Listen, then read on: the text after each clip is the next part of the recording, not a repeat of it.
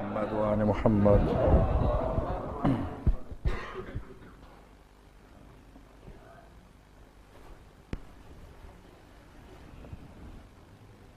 رحم الله من قرأ سورة الفاتحة. بسم الله الرحمن الرحيم. الحمد لله. إياك نعبد وإياك نستعين. صراط الذين أنعمت عليهم غير المغضوب عليهم ولا الضالين.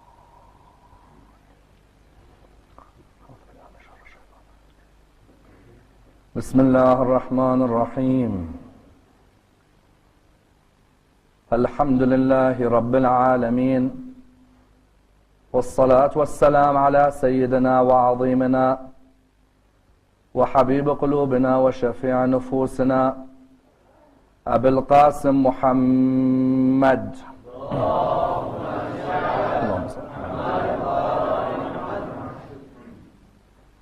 وعلى أهل بيته الطيبين الطاهرين وأصحابه الغر الميامين. الحمد لله الذي جعلنا من المتمسكين بولاية سيدي ومولاي علي بن أبي طالب. اللهم صل على محمد.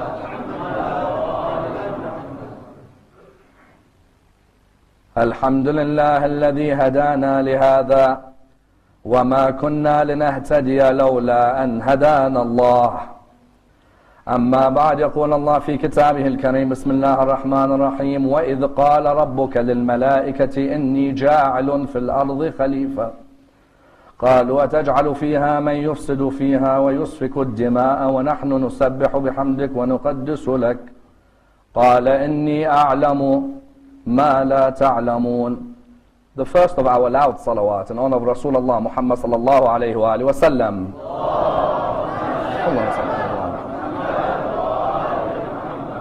The second in honor of Amir al-Mu'mineen Ali ibn Abi Talib. Allahumma salli ala Muhammad wa ali Muhammad. The third with your loudest voices in honor of the Imam of our time, Imam Sahib al-Asr wal-Zaman. Allahumma salli ala Muhammad. Respected scholars, brothers and sisters, Assalamu alaikum wa rahmatullah wa barakatuh. The discussion concerning the future of Shia-Sunni unity and dialogue is a fundamental discussion within Islamic thought, and is a discussion which affects the lives of over 1 billion Muslims in the world today. A discussion from which many a lesson may be learnt, and indeed many an example may be derived, and a discussion with a historical basis and a contemporary significance. The discussion concerning Shia-Sunni unity is a discussion which has legal repercussions, ethical repercussions, as well as theological repercussions. Each and every one of us within this hall would have gone through a particular lecture or a particular seminar or a particular analysis from a scholar or a mystic or a historian at one point or another who has sought to elaborate on the importance of unity between the different schools in Islam, either in our household or within our communities, or indeed, for example, from a cleric who leads our school. You find that there has always been an analysis on the future of Shia-Sunni unity in the lives of a Muslim in the world today. And indeed you find that many different opinions are posited whenever the discussion of Shia-Sunni unity emerges. As in, we know very well from the traditions of the Prophet and his family, there are many traditions which indicate that this religion would be divided into a number of sects, with certain religions going as far as saying that the religion would be divided into 73 sects. Some saw this division as being a mercy. Hence you find that some Muslims believe that the differences in opinion between the Muslims is a mercy for the community. Others, on the other hand, found no, that it was of the utmost importance that a person attach themselves to a particular sect, and that the total aim of each sect was to try and reach the sunnah of the Prophet and the way he lived his life. Indeed, whenever you bring up the discussion of Shia-Sunni unity, the responses in terms of whether it's a myth or reality are different. As in, there are some who, when you talk with them about Shia-Sunni unity, reply to you that this is all a myth. There is no such thing as Shia Sunni unity. You ask them why. The first group reply by saying that if you were to examine Islamic history, some of the most humble and some of the most pious scholars from one school were killed on the orders of scholars from another. As in, they may point to you, for example, Shaheed al-Awwal, Shaheed al-Thani, for example, in the 16th century, were killed upon the orders of fellow Muslim scholars. The first group come and say, how do you expect us to achieve Shia Sunni unity when this is all a myth? The schools can never come together. When you ask a second school, what does unity mean to you? They reply by saying, if unity means that I compromise my beliefs so that I please another school in Islam, then keep that unity for yourself. That's a second understanding. Then there's a third school which comes forward and states, we live in a multicultural society. We live in a multidimensional society. Either I learn to appreciate difference, otherwise I will not be able to survive in this world. As in, the world today is different than it's ever been. In the world today, you have a Jewish neighbor, a Christian doctor, a Hindu lawyer, a Buddhist accountant. If you're not willing to live in harmony with people of other faiths, then you're certainly never going to live in harmony with people of your own faith as well. Likewise, vice versa, the day you are able to understand the beliefs of people in your own faith, then you'll respect and tolerate those of others. In other words, such a discussion is such a contemporary discussion. Why? Because we all ask ourselves this discussion today, this question, that is Shia Sunni unity something that should be part and parcel of our lives? Or is it a myth of people who dream of a utopia that will never happen? And that's the basis of my analysis for the next 15 nights. The basis of the analysis seeks to dissect the following question. That is Shia Sunni unity part of the ethical dimension of the Quran? If it is, what is the definition of unity? And then over the next 14 nights, what are the 14 most controversial areas which if a person from every school of Islam approached with tolerance, there would be less differentiation and less disunity in our communities today. And that's why an important point has to be understood before we go into the analysis. What is it? When I talk of Shia Sunni, these two terminologies, have I truly appreciated the heritage of both these two groups? As in, if I come to a Shia now and I say to him, tell me about the heritage and the literature of 1,400 years of Sunni thought, are they able to elaborate on 1,400 years of Sunni law, of Sunni theology, of Sunni ethics, of Sunni mysticism?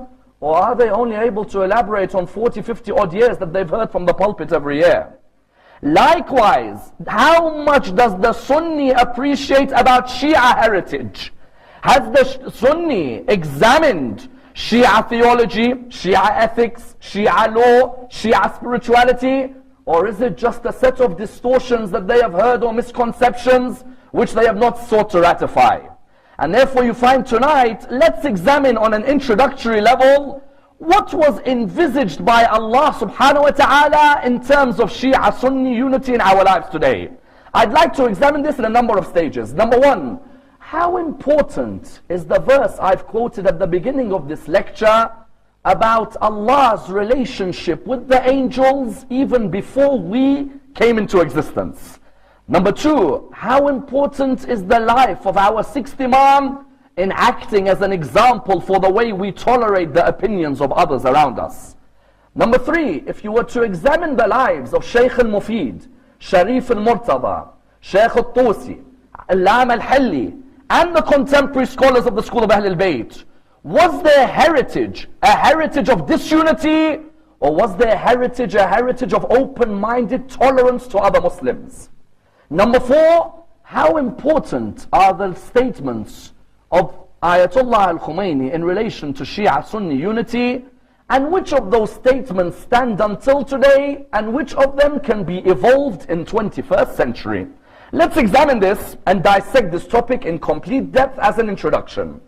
When you come to arguably the stage being set in the Quran for the way the human being is to live, the greatest incident Allah subhanahu wa ta'ala elaborates on within the Quran is the story of his dialogue with the angels. As in, we know that the Quran came for mankind. A question has to be asked, Ya Allah, why are you telling us about your dialogue with angels? We are the human being. You said that this book was sent to guide us, provide us with wisdom, provide us with lessons. Yet in Surah Al-Baqarah, from the very beginning of the Quran in chapter number 2, Allah subhanahu wa ta'ala gives you the intricate details of a quite fascinating discussion taking place.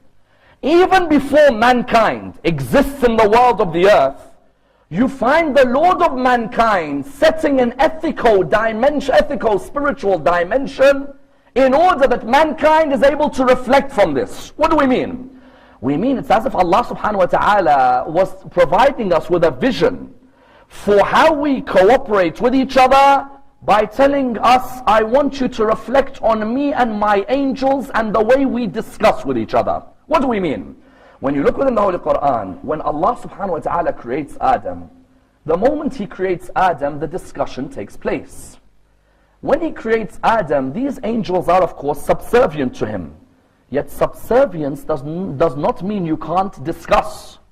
These angels, witnessing Adam's creation, and they see that this is soul with clay to be put together, they ask a fundamental question. Allah subhanahu wa ta'ala, when the verse begins, He begins the discussion with His angels. وَإِذْ قَالَ رَبُّكَ لِلْمَلَائِكَةِ إِنِّي جَاعِلٌ فِي الْأَرْضِ خَلِيفَةً. Your Lord said to His angels, I am sending a caliph to represent me on the earth. The angels do something quite interesting. When they look at the makeup of Adam, they notice that the makeup of Adam is what? The makeup of Adam is intellect, desire, anger, and imagination. Isn't that the soul of the human being? What are we as human beings? Our soul is made up of 4 faculties: reason, anger, imagination, and desire.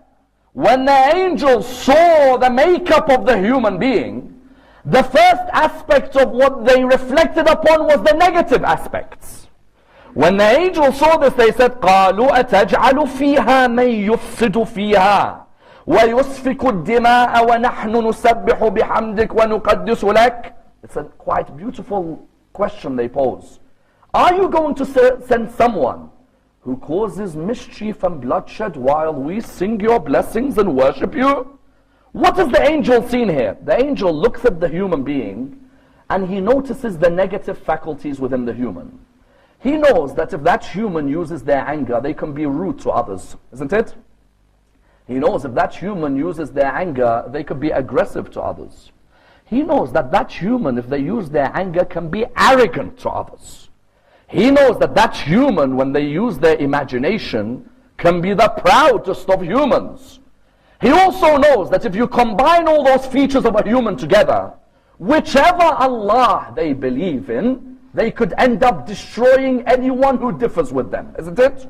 So the angel looks towards the Lord of the heavens and says, أَتَجْعَلُ فِيهَا مَنْ يُفْسِدُ فِيهَا وَيُسْفِكُ الدِّمَاءَ وَنَحْنُ نُسَبِّحُ بِحَمْدِكَ وَنُقَدِّسُ لَكَ. You are going to send someone who has the attributes to destroy, who has the attributes to make fasad on the earth, indecency. We are here for you. We are the ones who constantly sing your blessings. We are the ones who worship you. Allah subhanahu wa ta'ala replies with an amount of humility which is only fitting for Him. He replies by saying what? قَالَ إِنِّي أَعْلَمُ مَا لَا تَعْلَمُونَ. I know that which you do not. What do we take from this? The first thing we take from this is that the angels have realized if the human being does not have a consciousness of Allah's presence in their life, they can destroy anyone who disagrees with their mindset, isn't it? The human being, as great as they can be, there are times when their arrogance takes them lower than the animal, isn't it? But the second aspect of what happens in this story is phenomenal. The Lord of the heavens tolerates the opinion of His creation. Just ponder for 1 second. The Lord of the heavens doesn't need to tell people He's announcing something, does He? وَإِذْ قَالَ رَبُّكَ لِلْمَلَائِكَةِ إِنِّي جَاعِلٌ فِي الْأَرْضِ خَلِيفَةً. I ask you, O Allah, why do you need to make an announcement and engage in dialogue with your angels? You are Allah. You are the all-powerful, omniscient. Why engage in dialogue, O Allah? No, He doesn't just engage in dialogue. He is waiting to tolerate their opinion. They reply with the greatest of audacity. But it's an audacity because they know that their Lord is so merciful, He won't punish them for being different. They reply by saying, are you going to send someone who causes mischief and bloodshed? As in, I tell you, me and you, do we have the audacity to speak to Allah like that or no? Honestly, ask yourself, would you ever turn around to Allah and say, when you've seen a creation, how many times when your child says to you that, how is it that Allah did? Don't talk about Allah in that way. Allah subhanahu wa ta'ala, everything He does, you're not allowed to question. But ya Allah, hold on. The angels are telling you, are you going to send someone who causes mischief and bloodshed? Does Allah reply back to them by saying, how dare you differ with my opinion? I am Allah, I am never wrong. You are my creation, you can be wrong. No. Allah subhanahu wa ta'ala set an ethical, spiritual dimension from the beginning of the Quran, which He wanted mankind to reflect upon, which is what? If I, the Lord of the heavens, can tolerate the opinion of my creation, then you as my creation should tolerate the opinion of my fellow creation as well. Understand this point? I, the Lord of the heavens, am tolerant of an angel who's questioning me. An angel who may even have a difference with me. Did I turn around to the angel and say, you're doomed to hell, I'm the only one going to heaven? We're the chosen people, you are doomed. No. Oh angels, give us your opinion, and I'll give you my opinion. We'll tolerate each other's opinion. Even if there's a difference at the end, we'll agree to disagree. Isn't it? The angels, it's as if they reached the conclusion of what? Ya Allah, we'll agree to disagree. Until when they saw Adam in his magnificence, number one, and they were also told that there are some humans I'll create on this earth. You are right. There are some who have the ability to be lower than the animals. But I promise you, I'll show you some who are higher than the angels. The point that was taken here was that the Quran set a precedent from the beginning. That when Allah tolerates the opinion of His creation, who are you as a Muslim to turn around and be intolerant of the opinion of another Muslim? And that's why this ethical spiritual dimension continued within the Quran. First, Allah tolerant of angel. Then Allah expected what? Mankind tolerant of mankind.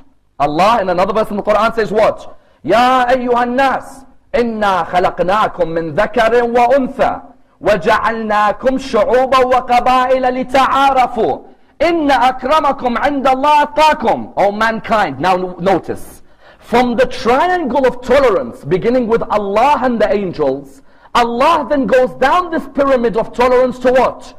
To mankind and mankind. O mankind, we created you from male and from female, from different races and from different tribes, in order that you get to know one another. Not in order that you differentiate or you don't be tolerant of each other. No. لِتَعَارَفُوا. So you come together. إِنَّ أَكْرَمَكُمْ عِنْدَ اللَّهِ أَتْقَاكُمْ. The best amongst you in the eyes of Allah is who? The most pious. Then it went down the pyramid to another level. First Allah, tolerant of angels. Then mankind, tolerant of all of mankind. Then mankind, Muslim, tolerant of non-Muslims. Look in Surah 3. Verse 64. يا أهل الكتاب تعالوا إلى كلمة سواء بيننا وبينكم ألا نعبد إلا الله ولا نشرك به شيئا ولا يتخذ بعضنا بعضا أربابا من دون الله. O people of the book, in other words, the Quran's conception of tolerance has now even gone to the Christian and Jewish community. The Quran was saying you've got more in common with each other than differences. So don't push each other away. Tolerate each other's opinions. Even though theologically you may be different. O people of the book, come to a joint word. Wallah, Muslim communities today have told the people of the book, go away from the joint word. The Quran said what? Come to a joint word between us and you. That we will worship none but Allah. We will not give partners to Allah. And we will not take lawgivers besides Allah. That was on the third level. On the fourth level was the basis of our discussion in these 15 nights. Surah 3 verse 103 gives a command to every Muslim. A command that began in the heavens with Allah and the angels, then went to man and man, then went to Muslim and people of the book, then went to Muslim and Muslim. Which verse in the Quran? Surah 3 verse 103. The verse of unity in the Quran. Bismillah ar-Rahman ar-Rahim. وَاعْتَصِمُوا بِحَبْلِ اللَّهِ جَمِيعًا وَلَا تَفَرَّقُوا. Hold on to the rope of Allah, O Muslims, all of you together, and do not disunite. Do not disunite. What is it? That person who today comes and tells me Shia Sunni unity, this is all a myth. I'm not compromising my beliefs for another Muslim who killed my Imam 1,300 years ago. So what? All of those Muslims who follow that school, you're generalizing all of them because of the behavior of a man in Damascus in 61 AH? I'm not going to be tolerant of other Muslims who killed my sixth Imam in Medina. So you're going to say all these Muslims today, you're generalizing about them because of what came before? When Allah said do not disunite, was Allah subhanahu wa ta'ala saying that Shia Sunni unity means that we compromise our beliefs to make others happy? No, don't compromise your beliefs. That's not unity. Unity is when I am tolerant of the beliefs of another Muslim, but I may agree to disagree with them at the end, having studied their heritage and them studying mine. That's unity. Because some people imagine unity as what? Some people imagine unity means when Allah says do not disunite, they imagine unity means that I as a Muslim can't speak about, I as a follower of Ahlul Bayt cannot speak about my history because I may offend others. No, this is my history.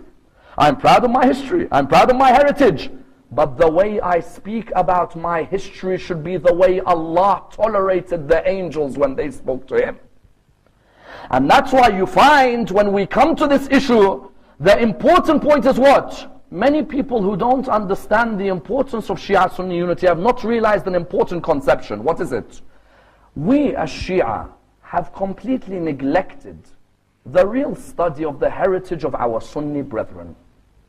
And at the same time, our Sunni brethren have neglected the heritage of our works as well.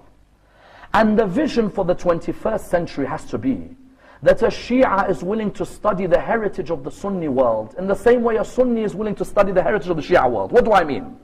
I mean that when it comes to our works, look at all our great works. Would you believe many of our own people haven't studied our own heritage? How are we going to be tolerant of other people's heritage? If you came to the world of fiqh, you look in the Shia heritage in fiqh. The great works like Al-Kafi by Shaykh Al-Kulayni, Man La Yahdarahu Al-Faqih of Shaykh Al-Saduq. You look at, for example, Al-Tahdib of Shaykh Al-Tusi. You look at, for example, Al-Istibsar of Shaykh Al-Tusi. You look at Wasa'il Al-Shia, Mustadrak Al-Wasa'il, Al-Wafi, Bihar Al-Anwar. All of these works in jurisprudence are part of our jurisprudential heritage, isn't it? We're proud of our jurisprudential heritage. But we also have a theological heritage. Shaykh Al-Mufid left us theological heritage. Shaykh Al-Saduq left us theological heritage. Sharif Al-Murtada left us theological heritage. Alam Al-Hilli left us theological heritage. Shaheed Al-Awwal, Shaheed Al-Thani. We're also proud even further of the mystics in our school, the men of philosophy, who opened the mind of the human being in our heritage. People like Mullah Sadra, whose works survive until today as the height of philosophy, and others who managed to ensure that that spiritual mysticism within the school of Ahlul Bayt remained. We're proud of the manuscripts that exist with us until today. Manuscripts from the 9th century, the 10th century, 11th century, which have been collected. In the same way, I as a follower of Ahlul Bayt am proud of my heritage. Have I truly gave meaning to unity by studying the heritage of other schools in Islam? What do I mean? Do you know how much heritage our Sunni brothers have? And how I tell you, we have not studied more than 300 years of Sunni heritage. And I believe it's an embarrassment on our part. Don't fall into that trap where you think you are God's chosen people on earth. No. You are all part of an evolving intellect to come towards the Sunnah of Rasulullah. 300 years is not Sunni heritage. The Sunni world has heritage we have to revere as well. In the same way I mentioned all those great ulama in post-Ghaiba, like Mufid, like Saduq, like Hilli, like Tusi, like Kulayni, Shaheed Al-Awwal, Shaheed Al-Thani, Sayyid Kashani, Mullah Sadra. Likewise, our Sunni brethren. When it comes to the world of fiqh, their heritage is magnificent. And which magnificence? when I'm going to dissect in the following 14 nights. For example, a topic like, why do we pray on clay? I'm not just going to bring my opinion. I'll bring the opinion of Abu Hanifa, and the opinion of Malik, and the opinion of Imam al-Shafi'i, and the opinion of Imam Ahmad bin Hanbal. Not just those 4 Imams. I'm going to bring the opinion of the Imams who looked after their teachings. Abu Hanifa, who looked after Abu Hanifa's teachings? Karhi. Who looked after the teachings of Imam al-Shafi'i? Ibn Surayj. Who looked after the teachings of Ahmad bin Hanbal? Al-Khallal, Abu Bakr al-Khallal. Malik, who looked after his teachings? The people of North Africa maintained his teachings for a long time. Our Sunni brethren in fiqh have unbelievable literature. Likewise, our Sunni brethren when it comes to theology, people like Abu Bakr al-Baqallani, Qadi Abd al-Jabbar, and later theologians like Ghazali, all of these people have provided us with theological discussions. Even those people who come later on and have provided us with mysticism, Ibn Arabi, Ghazali, these are still people of great reputation in their own school. When we're going to dissect the topics in the next 14 nights, and indeed for the rest of our life, do not just imagine Shia Sunni unity means, I am willing to tolerate these people who I have a difference of opinion with. No. Shia Sunni unity in its real essence is when I am tolerant of another school, by appreciating that they have heritage equally as great as mine. My heritage, I believe, is the purest spring to returning to Rasulullah. But that does not mean I belittle the other schools in Islam and appreciate what heritage they have. And that's why when you dissect the history of the scholarship within the school of Ahlul Bayt, you'll find a lovely taste emerges. Which taste? The taste of tolerance of the opinion of someone even if he differs from me. From the time of our 6th Imam until Sayyid al-Khumaini, you will find a tolerance in literature which is phenomenal. The problem is when you ask the Shia to name their literature, many of them start wondering, I don't even know what my own books are. I'm telling you, there are some Shia. If you ask him, what's the name of the other books in the other schools in Islam? Bukhari, Muslim, Tirmidhi, Nasa'i, Abu Dawood, Ibn Majah. How about your books? What's their names? Nahj al-Balagha? That's the only book you can name? And all the other traditions? All the other literature? Go and dissect the history of our literature. I don't want you to look at the contents.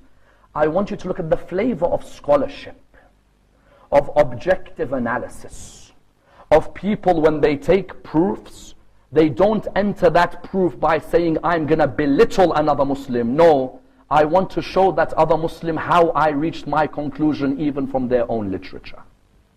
Look from the time of Imam al-Sadiq. Imam al-Sadiq alayhi salam, do you know why many people respect him? What's the reason people have reverence for Ja'far bin Muhammad? They have the reverence for Ja'far bin Muhammad because of what? You know, Ayatollah Burjordi, may Allah bless his soul, one of his greatest works he wrote was called Athar wa Ta'lifat Ja'far al-Sadiq. The legacy and the literature of Ja'far al-Sadiq. Within that book, do you know what he says? He says, look how many of the great ulama of Ahlul Sunnah wal Jama'ah graduated from the class of Imam al-Sadiq. But he says, you know what the beauty was? Imam al-Sadiq as an Imam of Ahlul Bayt could have easily turned around to these scholars and said to them, all of you are wrong, I am the only right one, I was designated by God, I am infallible, you are fallible. This means that all of you will perish in hell and I'm the only one who goes to heaven. No. When you look, he says that Ja'far bin Muhammad's words, he says he said the legacy which the Quran began in the heavens between Allah and the Malaika. That Ja'far bin Muhammad knew, if my Lord was tolerant of the angels when they spoke to him, and he is my Lord, how then can I not be tolerant of his creation? So you found Imam al-Sadiq, you know, whenever he would give an opinion, we have a particular class in the seminaries, when we come to a hadith, if it says, هَذَا رَأِي أَهْلِ الْكُوفَةِ, this is the opinion of the people of Kufa, that's Imam al-Sadiq saying, that's the opinion of Abu Hanifa. He won't necessarily say, هَذَا رَأِي Abi Hanifa. No, he says, هَذَا رَأِي أَهْلِ الْكُوفَةِ. This is my respect for the opinion on this issue of the people of Kufa. One of the topics we'll dissect over this coming week is what? Is the opinion, why do we not pray Salat al-Taraweeh whereas other Muslims pray it? It's going to be one of our discussions. Imam al-Sadiq would say, this is the opinion of people of Kufa on Taraweeh. وَهَذَا رَأِيَ أَهْلِ الْمَدِينَةِ. And this is the opinion of people of Medina. Of who? The people of Medina is Imam Malik. So Imam al-Sadiq, before he gives his ruling, he says, هذا رأي أهل الكوفة. This is the opinion of people of Kufa. وهذا رأي أهل المدينة. وهذا رأي جعفر بن محمد. And this is the opinion of Ja'far ibn Muhammad. Ya Imam, but you are the Imam. Why are you so concerned about the opinions of others? Because I am not concerned about my ego. I'm concerned about bringing people towards Rasulullah's Sunnah. If it's about my ego, I will say, only listen to my opinion. No. Malik has an opinion. Abu Hanifa has an opinion. They have their proofs. I have my proofs. Let's discuss each other's proofs and see which one brings you closer to the spring. Do you notice I mentioned the analogy of the spring? Why? Spring of water. The water flows and flows. I do not deny that in this spring of water which flows, those who follow Abu Hanifa will get some of the water. Some of the original spring, those who follow Abu Hanifa, some of it will come to them. And some will come to Malik. Yet I believe the most spring of water you can get is Ja'far bin Muhammad in the essence. I'm not denying another Muslim may feel the taste of the original oasis of Rasulullah. I'm not denying. There are Muslims who pray Salah, who fast in the holy month of Ramadan, who read the Quran. Some of the oasis came to them, isn't it? But this pure spring fell in the laps of Ja'far bin Muhammad. Therefore you find Imam al-Sadiq in his time. Then the ulama of Al-Muhammad began to take this heritage on in their life. Which heritage? They could have easily sheltered themselves to their community of Shia and not discussed the opinions of Ahl al-Bayt with any other school. No. You found it was the fact that they were tolerant of the opinions of others and discussed them with respect, not with arrogance, that others claimed we learned from these scholars. Let's look at these examples. Shaykh al-Mufid, is his original name al-Mufid? No. Shaykh al-Mufid, his original name is not Mufid. Mufid is a title. If you go, for example, let's say his original name is Muhammad bin Muhammad, for example. So people ask the question, how did Shaykh al-Mufid get the title Mufid? If his original name is Muhammad, why is he being given the title Mufid? Mufid in English means what? The useful. You know who gave him the title? A Mu'tazilite grammarian called Ali bin Isa. Not a member of the Ja'fari school. Mu'tazilite grammarian called Ali bin Isa gave the scholar of the Shia the title the useful. Why? Shaykh al-Mufid's teacher used to say to him, don't just listen to our classes on theology and law. Go and learn even from our brothers. They have literature, we have literature. We don't have to agree, but we can be tolerant. Shaykh al-Mufid said, who do you want me to go and attend? He goes, go and attend Ali bin Isa. His lessons are magnificent. You do not get lessons from a grammarian like Ali bin Isa. Shaykh al-Mufid went there, he sat in the class. As he's sitting down, Ali bin Isa was being asked the question. What was the question? Ali bin Isa was being asked, our master, which is greater? The event of the cave, when the first Khalifa was with the Prophet in the cave, or the event of Ghadir? Ali bin Isa said, the event of the cave is greater than the event of Ghadir. The student asked why.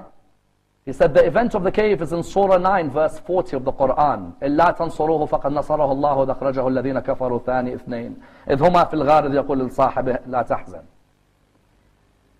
So he said, the event of the cave is in the Quran. The event of Ghadir, مَنْ كُنْتُ مَوْلَاهُ, is in Hadith. And the Quran always takes precedence over Hadith. Because that which is recognized always takes over that which is narrated. Can I ask you a question? He said, yes. He said, I want to ask you a question about your answer just now. He said, yes. He said, what do you say about a group of people who fight the Imam of their time? Ali bin Isa said, they are deviants. He said, so anyone who fights the Imam of his time is a deviant? He said, anyone. He said, when Talha and Zubair stood up against Ali at Jamal, what do you classify them as? He said, yes, they stood up against Ali at Jamal, I admit. But later, all three of them repented. So he looked at him and he said, as for them standing against Ali at Jamal, it's a recognized event. And as for them repenting, it's a narrated event. The recognized is always above the narrated. He looked at him and he said to him, come here, young man. When he came, he said to him, what's your name? He said, Muhammad. He said, no. Give me a pen and paper. He gave him a pen and paper. He wrote down, this is a letter to your teacher, that from this day onwards, you have given me an insight on a piece of knowledge in Islamic history I never saw. And you have been mufid to me. Therefore, I want your teacher to give you the title Al-Mufid, the useful. Shaykh al-Mufid, had he not engaged in dialogue and was not tolerant of this man's opinion, Shaykh al-Mufid would never have got this title. But Shaykh al-Mufid knew Imam al-Sadiq was tolerant of others' opinions.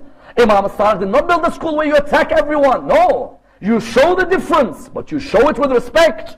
Likewise, if you look after Shaykh al-Mufid amongst the students is who? Amongst the students, Sharif al-Murtada. You know Shaykh al-Mufid used to teach many students. One night in his dream, he sees Fatima al-Zahra knocking at his door. Allahumma salli ala Muhammad wa ala. He sees Fatima al-Zahra knocking at his door. Salaamu alaykum, alaykum as-salam. Shaykh al-Mufid, I have brought my sons Hassan and Hussein. I want you to teach them about Islam. And Mufid wakes up in the morning, he's thinking, hold on. Did I just see Fatima al-Zahra telling me to teach Imam Hassan and Imam Hussein about Islam? As he thought that, the door knocked. He went and opened the door. It was a lady with two sons, Murtada and Radi. And she looked at Shaykh al-Mufid and she said, oh Shaykh al-Mufid, I want you to teach my two sons about Islam. He knew straight away that was the dream of Fatima al-Zahra. That these two sons, Sharif al-Radi and Sharif al-Murtada, were to be scholars taught by Shaykh al-Mufid. Sharif al-Radi is the one who compiled Nahj al-Balagha. Today, you ask many people, Nahj al-Balagha is whose book? They say Imam Ali. Nahj al-Balagha is not Imam Ali ibn Abi Talib's book. It's Sharif al-Radi compiling the sermons of Ali ibn Abi Talib. Sharif al-Radi compiled Nahj al-Balagha. Sharif al-Murtada was one of the greatest scholars in our school. If you look at Sharif al-Murtada's books, you'll always find the aim of his books is to be tolerant of the other schools in Islam, be it in fiqh, in law, or be it in theology. Look at Dhari'a. The Dhari'a of Sharif al-Murtada is with us until today. The Dhari'a of Sharif al-Murtada was when Sharif al-Murtada looked at the opinions of the different schools of law in Islam. He said, this is the Ja'fari opinion, and this is the opinions of other schools of law within Islam. Then he had another work which was called what? He had another work which was called Al-Intisar. Al-Intisar was another work of Sharif al-Murtada, where Sharif al-Murtada presented this to the Sultan of his time. He presented this to who? To Amid al-Mulk. And when he gave it to him, he said to Amid al-Mulk, oh Amid al-Mulk, understand one thing. You tell us the Shia that we are different from the Sunnah. Please try and look at the differences between Abu Hanifa and Imam al-Shafi'i. If Abu Hanifa and Imam al-Shafi'i have difference in law, then what is wrong with us having differences in law with you as well? So he wrote that book as well, and he also had another book. What was the book called? Al-Shafi. The Shafi of Sharif al-Murtada, with us until today, is a book which looks at theories of leadership in Islam according to the Shia and the Sunnah. I turn around and I say, Sharif al-Murtada, why according to the Sunnah? Who cares about the Sunnah? We should only care about our own people. No. A tolerant school, which is objective, and which is honored by its tradition, is not scared to discuss the traditions of other schools.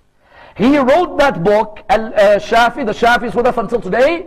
Qadi Abdul Jabbar and Abu Bakr al-Baqillani had their opinions on Imama and Khilafah. Sharif al-Murtada produced the Shafi to look at the opinions of Abu Bakr al-Baqillani, and to look at the opinion of who? And to look at the opinion of Qadi Abdul Jabbar, and to try and see the differences between our conception and their conception as well. Then you look afterwards at which scholar. If you look towards, for example, Allam al-Hilli.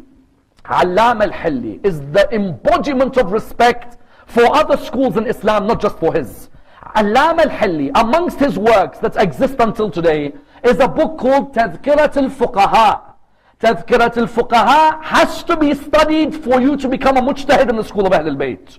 تذكرة الفقهاء, Allama al-Hilli has certain chapters where he has dedicated to concepts which are more Sunni than they are Shia. What do I mean?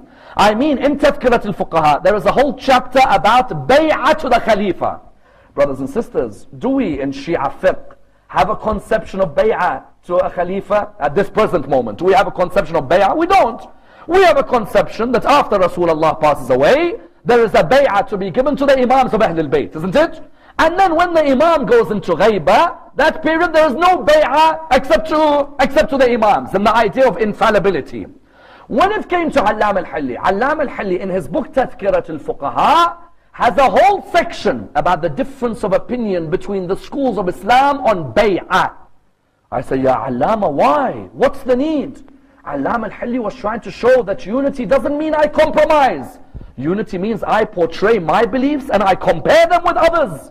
They show me their proofs and I show them mine. And that's why, do you know one of the biggest battles to have ever occurred in Islamic history between two ulama? Between Allama al-Hilli and arguably of extremeness like you'll never see, Ibn Taymiyyah. Allama al-Hilli and Ibn Taymiyyah. When you go to Saudi Arabia today, what's the most common author you'll see his books? Isn't it always Ibn Taymiyyah? And who after Ibn Taymiyyah? Ibn al-Qayyim or Ibn Qayyim al-Jawziyah, correct? Allama al-Hilli, Ibn Taymiyyah used to correspond with each other. Allama al-Hilli, what was his title? Ibn al-Mutahhar. Yes? Ibn al-Mutahhar means what, brothers and sisters? I'm sure you all know. The son of the pure. Al-Mutahhar means the pure.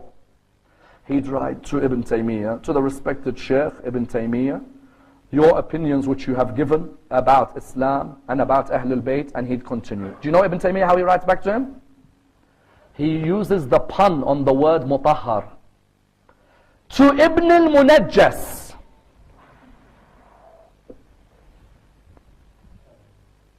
Ibn al-Munajjas. Allama al-Hilli's name is Ibn al-Mutahhar. Imagine someone insults your family name like that. Do you think Allama al-Hilli fell to his level or no? The problem with some Shias, when we're insulted, we fall. We forget that moment with the angels, don't we? Had that moment with the angels remained in our psyche, we remember that our Lord was not offended by the angels questioning Adam, isn't it? This man with his rudeness says Ibn al-Munajjas, the son of the impure. But Allama al-Hilli continues to write to him, respected Sheikh. What was he showing us? He's showing that when a person stoops that low, you're a follower of Ja'far bin Muhammad, you should never stoop that low. You should be saying, I'm not concerned about names, I'm concerned about content and ethics. And that's why when he was in the court of the Ilkhanids, you know the Ilkhanids were ruling Islam in the time of Allama al-Hilli, in the court of the Ilkhanids, Ulujetu, the famous Ilkhanid leader, would tell his people after Allama al-Hilli's left, he said, I've never seen a man from another school in Islam with this much respect. When he talked about Rasulullah, he talked about him with respect. When he talked about our companions, I know he differs with us, but he talked with honor. Yes, he concludes different to us, but he never once stooped to be arrogant towards us. Rather, he showed respect, and it shows you that his intention was to bring people towards Allah and not cause disunity. Allama al-Hilli, Shaykh al-Mufid, Shaykh al-Tusi, Sharif al-Murtada, that legacy would continue to the ulama of the 20th century. Many of our greatest ulama in the 20th century endeavored all their life to try and build unity in the Muslim ummah. They did not understand unity as compromise, no. Rather, unity meant tolerance of others' opinions. Do you know Ayatollah Borojordi and Sheikh Mahmoud Shaltut of Al-Azhar, between 1947 and 1959, for 12 years were in discussions with each other about the differences in the schools and how to tolerate each other's opinions. How to tolerate the opinions of Abu Hanifa and Malik and Imam al-Shafi'i and Imam Ahmad bin Hanbal and Imam Ja'far al-Sadiq, until because of this dialogue, in Al-Azhar, the 5th school of fiqh became the Ja'fari school. As in today, I am saddened when I see Al-Azhar and some of the bigoted responses against the school of Ahl al-Bayt. Whereas you found Ayatollah Burjurdi with that reproachful movement, Al-Azhar, which was named after Fatima al-Zahra. Al-Azhar was built by the Fatimids, and it was named Al-Azhar after Fatima al-Zahra because of their love for Fatima al-Zahra. Originally it was an Ismaili institution. The Fatimids who were ruling, they named it Al-Azhar in Egypt, in Cairo. You found that for 12 years they worked together. Then what did you find? Because the ulama of Ahlul Sunnah were seeing the ulama of the Shia have tolerance, you found ulama of Ahlul Sunnah in the 20th century started to include Ja'fari fiqh in their fiqh books. Sheikh Muhammad Abu Zahra, for example, you find in his book, he writes, this is the opinion of Abu Hanifa, and the opinion of Malik, and the opinion of Shafi'i, and the opinion of Ahmad bin Hanbal, and the opinion of Ja'far ibn Muhammad. Likewise, Sheikh Muhammad Jawad Mughniya has a book with us until today, which is studied by our brothers, which is called The 5 Schools of Islamic Law. Sheikh Muhammad Jawad Mughniya, why did he write The 5 Schools of Islamic Law? Is it because Sheikh Muhammad Jawad Mughniya was scared? He was being diplomatic? No, it's because he was saying, oh Muslim, on wudu, which I'm going to discuss in a few nights, what is the difference in our wudu with our brothers in other schools? Another question, when you combine the salah, why is it we combine and our brothers separate? That's another question we're going to ask in the next few nights about the differences of opinion and how they emerged. Another question, why do we pray with our hands down but our brothers pray with the hands folded? What was the origin of this in fiqh and how did it develop in the two schools? All of these questions Sheikh Muhammad Jawad Mughniya would discuss, but not according to his own opinion. No. So this is the opinion of Imam al-Sadiq, this is the opinion of Abu Hanifa, of Malik, of Ahmad bin Hanbal, and of al-Shafi'i as well. And that's why, because of this open-mindedness, you found further scholars of Najaf began to continue in their books to talk about Islam as an ummah, not just Islam as a Shia. It became Islam the ummah. Look at the works of Sheikh Muhammad Hussein Kashf al-Ghata. Look at the works of Sayyid Sharaf al-Din al-Musawi, especially al-Fusul al-Muhimma. في تأليف الأمة, this particular work which looks at the opinions of all the schools within the religion of Islam. And that's why, brothers and sisters, because of the tolerance of our ulama towards the opinions of others in the school of Ahl al-Bayt, you know what began to happen? Indonesia, Singapore, Malaysia began to revere in the 1980s our scholars and their opinions. Do you know how many people in Indonesia have respect for two ulama of the 20th century from our school? And Indonesia is not necessarily a country with many followers of Ahl al-Bayt. Those of you who know. Do you know which two ulama have had great effect on the minds of people in Singapore? In Indonesia, Shaheed Mutahari and Shaheed al-Sadr. Why? Because whenever they wrote any work, it was always an objective analysis with tolerance.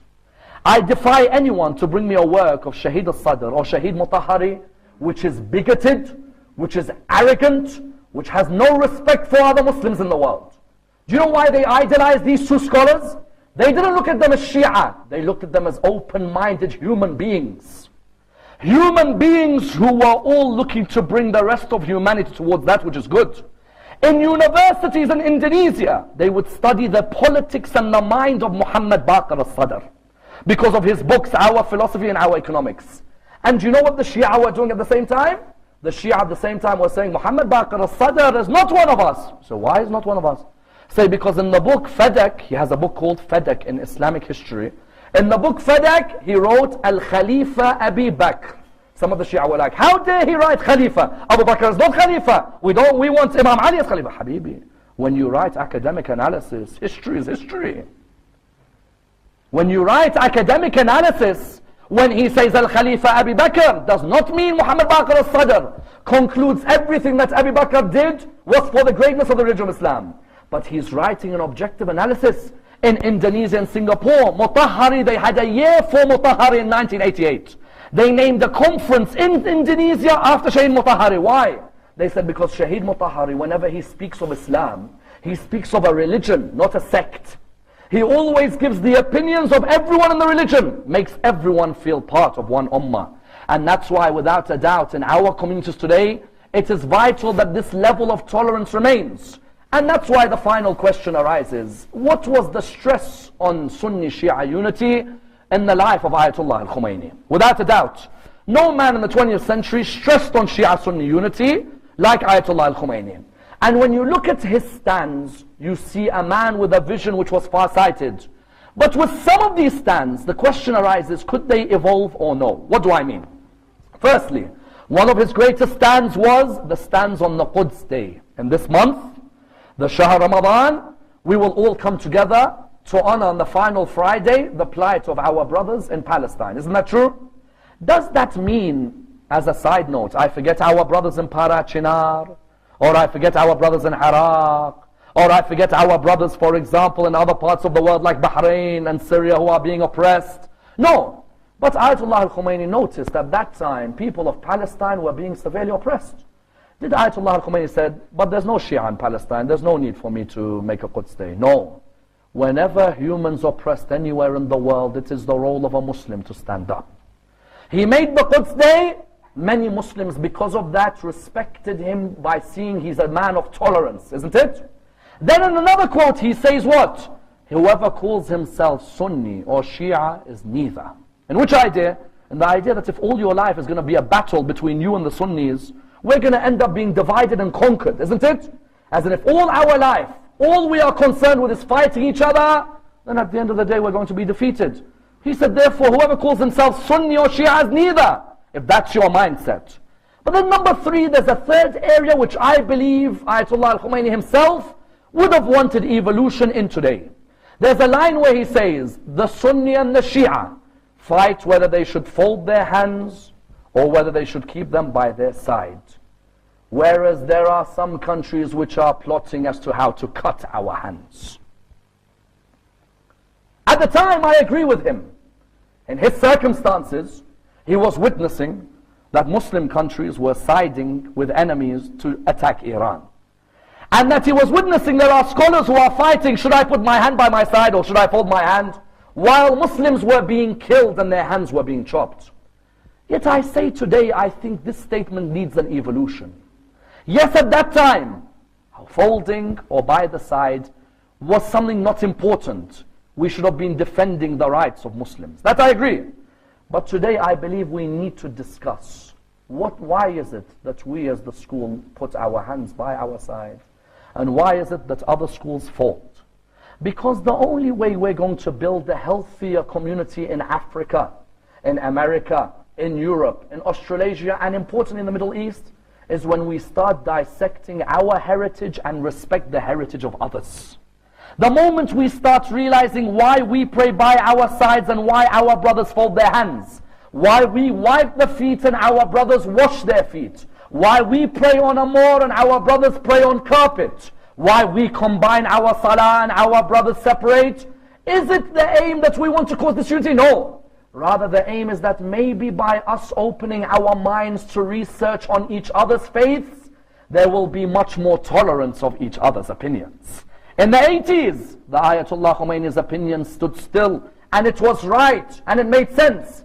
Whereas in the year 2012, there is a need for us to finally open up and go to the very roots of our legal and theological system, in order that we not only respect our heritage, but have appreciation and tolerance for the heritage of other Muslims in our environment today. We pray to Allah subhanahu wa ta'ala to raise us with Muhammad and Al Muhammad, and to bring unity between the Muslim Ummah in this, the holy month of Ramadan.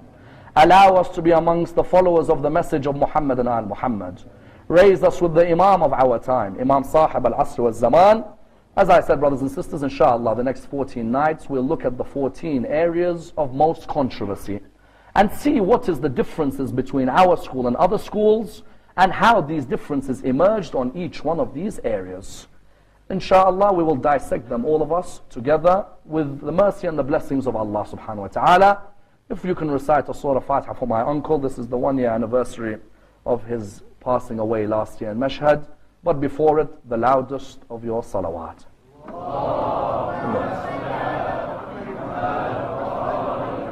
Bismillah.